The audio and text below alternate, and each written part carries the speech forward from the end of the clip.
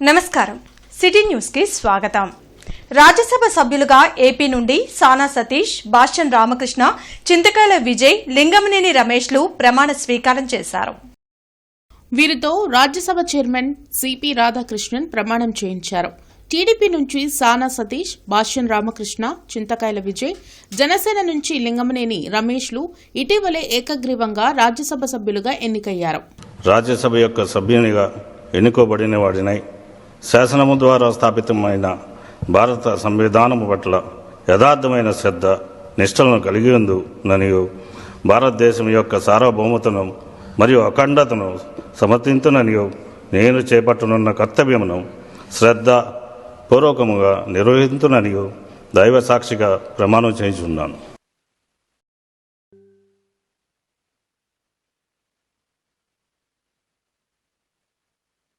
Internet చరిత్రలో సంచలనం city broadband. ఇప్పుడు ఇంటింటికి ఇంటర్నెట్, సిటీ నుంచి గ్రామం వరకు అదే స్పీడ్। మీరు ఈ రోజే సిటీ బ్రాడ్బ్యాండ్ కుటుంబంలో చేరండి। అత్యున్నత స్థాయి కార్పొరేట్ వైద్య సేవలు ఇప్పుడు అందరికీ అందుబాటులో। అత్యాధునిక పరికరాలతో అత్యున్నత స్థాయి వైద్య సేవలు అందిస్తున్న హాస్పిటల్ ఆంధ్ర ప్రైమ్ హాస్పిటల్। 25 సంవత్సరాలుగా గౌతమి గ్రూప్ ఆఫ్ ఇన్స్టిట్యూషన్స్ వారిచే నడపబడుతున్న సంస్థ। స్థాపించిన మొదటి సంవత్సరం నుండి 95% ఫలితాలు సాధిస్తున్న విద్యా సంస్థ Sri Gautami degree and PG college. తూర్పు నియోజకవర్గంలో యువతకు ఉద్యోగాల కల్పనే లక్ష్యంగా పనిచేస్తున్నామని ఎమ్మెల్యే నసీర్ అహ్మద్ పేర్కొన్నారు। బీఆర్ స్టేడియం ఎదుట ఉన్న బీసీ సంక్షేమ హాస్టల్లో ఏపీ స్కిల్ డెవలప్మెంట్ కార్పొరేషన్ ఆధ్వర్యంలో మెగా జాబ్ మేళా నిర్వహించారు। ఈ సందర్భంగా ఎమ్మెల్యే మాట్లాడుతూ స్కిల్ డెవలప్మెంట్ కార్పొరేషన్ సహకారంతో ఏర్పాటు చేసిన మెగా జాబ్ మేళాలో 35 ప్రముఖ కంపెనీలు పాల్గొన్నాయని తెలిపారు। ఈ జాబ్ మేళాలో యువతకు 1200కు పైగా ఉద్యోగాలు ఇప్పించే కార్యక్రమం చేస్తున్నామన్నారు। గతంలో 2 సార్లు జాబ్ మేళాలు పెట్టి 780 మందికి ఉద్యోగాలు ఇప్పించామని చెప్పారు। గత ప్రభుత్వం ఒక డిఎస్సీ కూడా ఇవ్వకుండా యువతను మోసం చేస్తే కూటమి ప్రభుత్వం మెగా డిఎస్సీ పెట్టి 15,300 ఉద్యోగాలు ఇచ్చిందని గుర్తు చేశారు। స్వర్ణాంధ్ర 2047 లక్ష్యంగా ప్రతి ఒక్కరూ పనిచేయాలని కోరారు। ఈ కార్యక్రమంలో skill development officer Sanjeevarao, Jada, Abhinav, Ellavula Ashok, Gousu, Pathan Zaheer తదితరులు పాల్గొన్నారు। నిరుద్యోగ యువతకు భరోసా కల్పించేటువంటి విధంగా ఆంధ్రప్రదేశ్ స్కిల్ డెవలప్మెంట్ కార్పొరేషన్ సహకారంతో ముఖ్యంగా ఈరోజు మనందరికీ కూడా తెలుసు, ప్రతి ఒక్కరు కూడా చదువుకుంటున్నప్పుడు కూడా ఏదైతే పారిశ్రమలకు కావాల్సినటువంటి స్కిల్ లేకపోవడంతో అనేక మందికి ఉద్యోగాల అవకాశాలు రాకపోవడం మనందరం కూడా గమనిస్తూ ఉన్నాం। అందులో భాగంగా చదువుకున్నటువంటి ప్రతి ఒక్క విద్యార్థి కూడా ఉద్యోగస్తుడిగా మారడానికి కావాల్సినటువంటి నైపుణ్యతను అభివృద్ధి చేసేటువంటి దిశగా ఈ ప్రభుత్వం కోట్ల రూపాయలు ఖర్చు చేసి గత ప్రభుత్వంలో లేనటువంటి విధంగా ఈరోజు విద్యకు మాత్రమే కాకుండా నైపుణ్యతను జోడించి వాళ్ళను ఉద్యోగస్తులుగా, వ్యాపారస్తులుగా మార్చేటువంటి ప్రయత్నాన్ని ఈ ప్రభుత్వం ముందుకు తీసుకుని వెళ్తా ఉంది।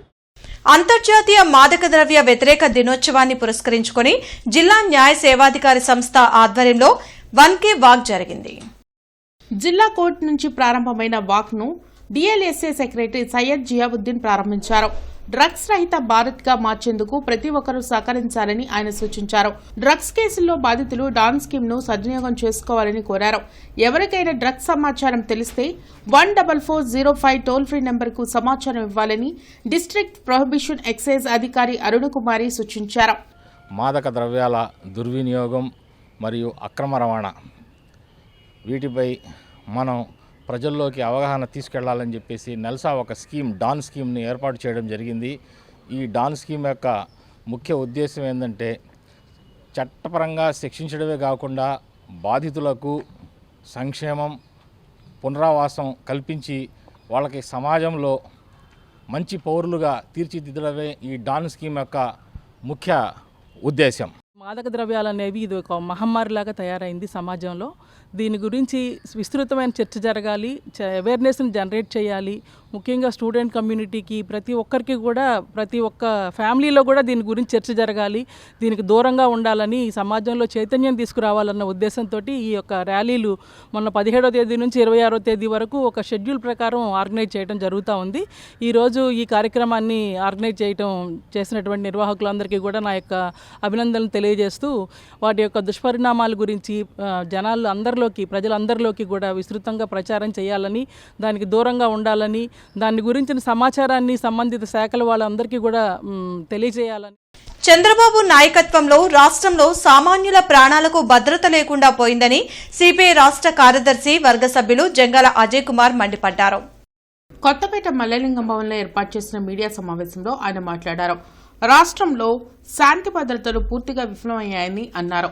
ఒక యువకుడిని జ్యుడిషియల్ కస్టడీలో చంపేసేసి శవాన్ని తగలబెట్టి బూడిద కూడా కుటుంబ సభ్యులకు ఇవ్వని దారుణ పరిస్థితి నెలకొందన్నారు. దీనికి నైతిక బాధ్యత వహిస్తూ హోంమంత్రి అనిత తక్షణమే రాజీనామా చేయాలని డిమాండ్ చేశారు. కేంద్ర రాష్ట్ర ప్రభుత్వాలు అవలంబిస్తున్న ప్రజా వ్యతిరేక పాలనపై సిపిఐ ఆధ్వర్యంలో పోరాటాలు చేస్తామని హెచ్చరించారు. ఈ కార్యక్రమంలో మేడా హనుమంతరావు తదితరులు పాల్గొన్నారు. ఈ రాష్ట్రంలో సామాన్యుల ప్రాణాలకి భద్రత లేకుండా పోతూ ఉంది. రోజుకు ఒక చోట పోలీసు లాకప్ డెత్తులు, అలాగే మనిషిని కాల్చి చంపి బూడిద చేసి నీచమైనటువంటి పద్ధతుల్లో లా అండ్ ఆర్డర్ని దిగజారుస్తున్నటువంటి తీరు చంద్రబాబు నాయుడు పాలనకి పరాకాష్ట. అభివృద్ధి సాధించామని చెప్తా ఉన్నారు. ఏం అభివృద్ధి సాధించామని మేము అడుగుతా ఉన్నాం. నువ్వు సాధించిన అభివృద్ధి విజయవాడలో జరిగిన లాకప్ డెత్తా, లేకపోతే ఇంకో చోట జరిగినటువంటి కర్నూలులో జరిగినటువంటి లాకప్ డెత్తా? రోజు ఒక్కొక్కటి వెలుగులోకి వచ్చి చూస్తూ ఉంటే అసలు హోంమంత్రి ఉందా లేదా అనేది అర్థం కానటువంటి పరిస్థితుల్లో ఇవాళ ఎన్డీఏ ప్రభుత్వం కొనసాగుతూ ఉంది. హోంమంత్రి తక్షణమే రాజీనామా చేయాలి. రాజధాని అమరావతిలో నందమూరి బాలకృష్ణ 112వ సినిమా ప్రారంభోత్సవ వేడుకలు ఉత్సాహంగా జరిగాయి. 150 కోట్ల భారీ బడ్జెట్తో ఈ మూవీ నిర్మిస్తున్నారు.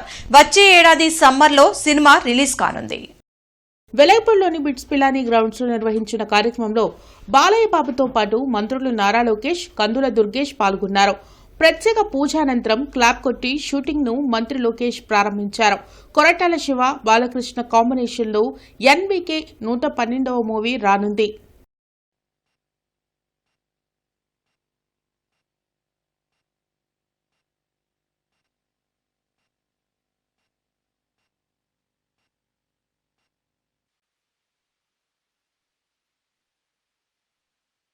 తానెప్పుడు సినిమా ప్రారంభోత్సవాలకు వెళ్లలేదని ఈ అవకాశం కల్పించిన బాలమామకు కృతజ్ఞతలు అని లోకేష్ చెప్పారు.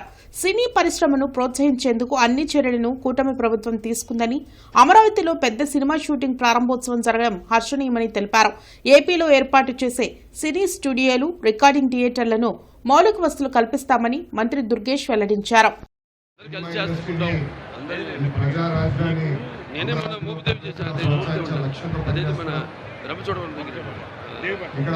కాదండి ఇప్పుడు చంపేశారు అక్కడ దానికి కావాల్సిన ఇన్ఫ్రాస్ట్రక్చర్, ఫినిషింగ్ స్టూడియోస్, అదేవిధంగా లేటెస్ట్ టెక్నాలజీతో జోడించి అభిమాన రాజధానిగా అవకాశం చూపుతున్నటువంటి అమరావతిలో ఈ సినిమా షూటింగ్ ప్రారంభించుకోవడం, మెజారిటీ భాగాన్ని ఈ ప్రాంతంలోనే నిర్మించాలనుకోవడం, ఇవన్నీ కూడా ఆంధ్రప్రదేశ్ రాష్ట్రంలో తెలుగు చలనచిత్ర పరిశ్రమ మరింతగా స్థిరపడడానికి ఒక మంచి మెట్టుగా నేను భావిస్తూ ఉన్నాను.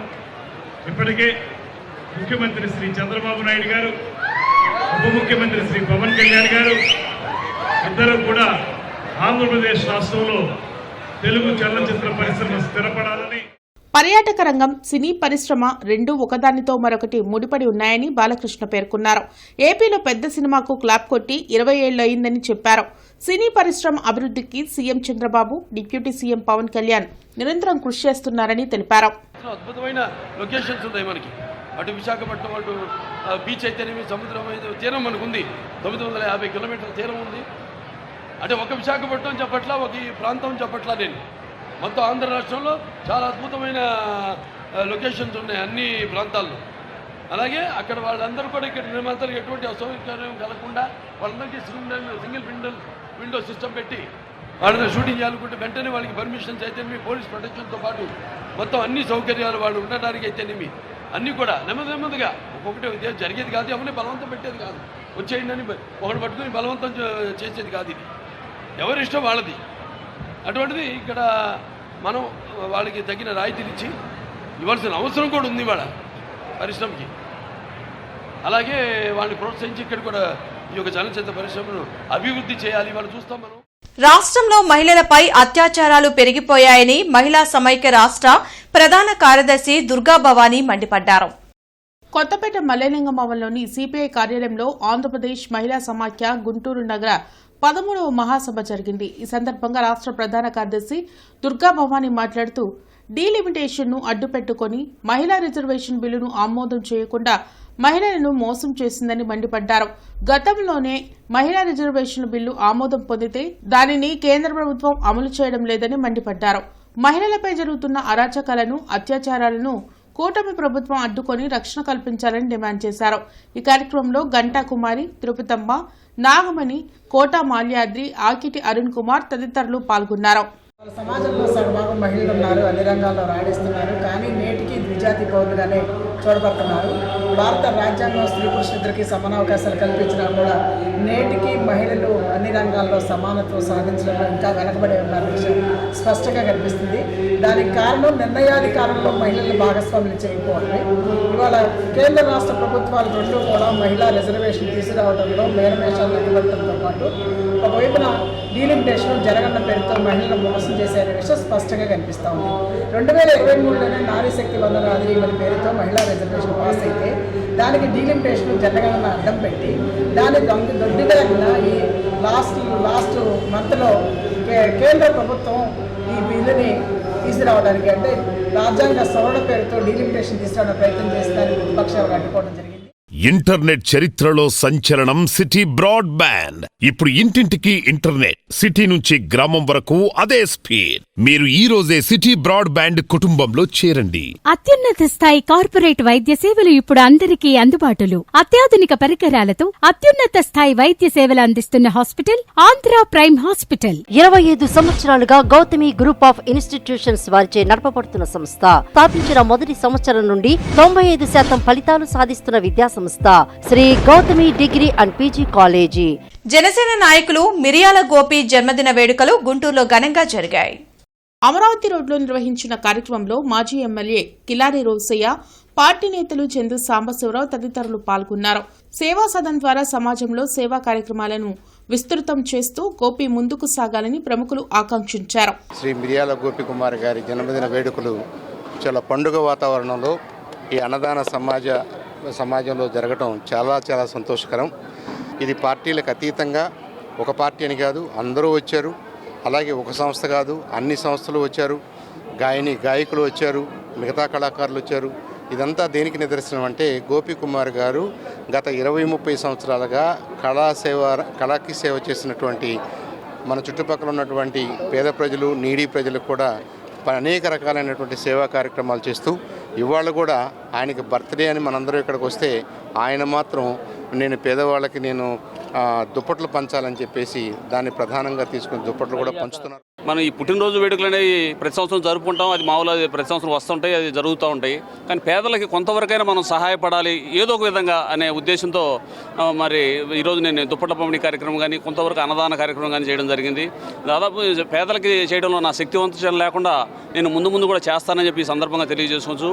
పెద్దలు గౌరవనీయులు చందు సాంబశివరావు గారి యొక్క సలహాలు సూచనల ప్రకారం మా సేవా సదన కమిటీ సభ్యులందరూ కూడా ఫాలో అవుతూ ఉంటాం.